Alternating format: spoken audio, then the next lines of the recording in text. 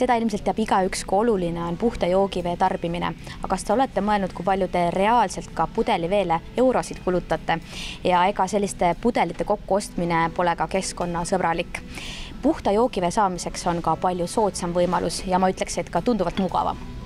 22. septembri naistesaates me juba rääkisime, kui oluline on puhastada enda joogivett, aga täna me taas peatume sellel teemal. No miks see nii tähtis on? Puhas vesi, nagu me rääkisime eelmises saates, on osa meie kehast ja on suur osa meie kehast, kuni 70% meie kehast on vesi. Ja keskmine inimene peab päeva jooksul ära juua 2–3 liitrit puhast joogivett. Ja kõige lihtsam muidugi seda joogivett saada, kui te filtreerite seda ja näiteks kannate kaasa väike veepudeli ja joote päeva jooksul seda vett. Et ise ei märka, kui see 2–3 liitrit puhast joogivett saab ära joodud. Kui vaadata, kui palju maksab üks 5-liitriline pudel veetkaupluses, kõige odavam on 0,59 senti ja 1 liitri hind tuleb umbes 12 senti. Ja kui me võtame võrdluseks joogivee puhastuse süsteemi, mis maksab näiteks 127 ja selle ressurss on 8000 liitrit ja me saame 1 liitri hind 2 senti, see on peaaegu 6 korda odavam kui pudelivesi. Ja me räägime vee filtreerimisest naistesaates. Miks peab naine selle pärast üldse muretsema? Minu arust naine kõige rohkem hoolitseb oma perekonda heaolust ja selleks, et tema kodu oleks turvaline. Millist veefiltersüsteemi valida? Veefiltersüsteemi on tõesti palju ja kõige lihtsam ja arvatavasti esialgsete rahaliste panuste suhtes odavam filterkann. Seda saab kohe kasutada, kui me oleme seda koju toonud.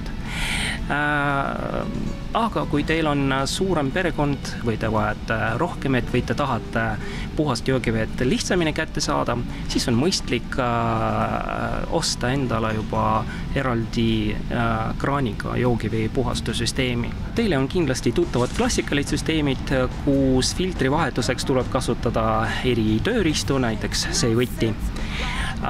Kaasaegsemad süsteemid aga ei vaja filtrite vahetamiseks mingit tööriistu ja filtri vahetus käib ühe nupu vajutusega.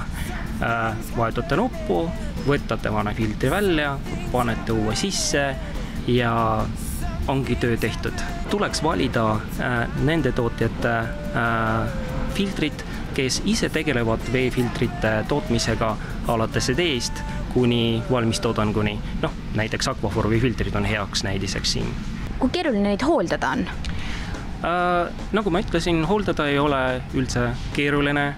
Kui veefilter on olemas, on paigaldatud, siis keskmise veefiltri tööiga on 1 aasta, siis tuleb ainult vahetada filterelemendid ja jällegi terveks aastaks unustada sellest, et on vaja midagi ette võtta filterkannudes, aga filterelement näiteks tuleb vahetada keskmiselt kord kuus.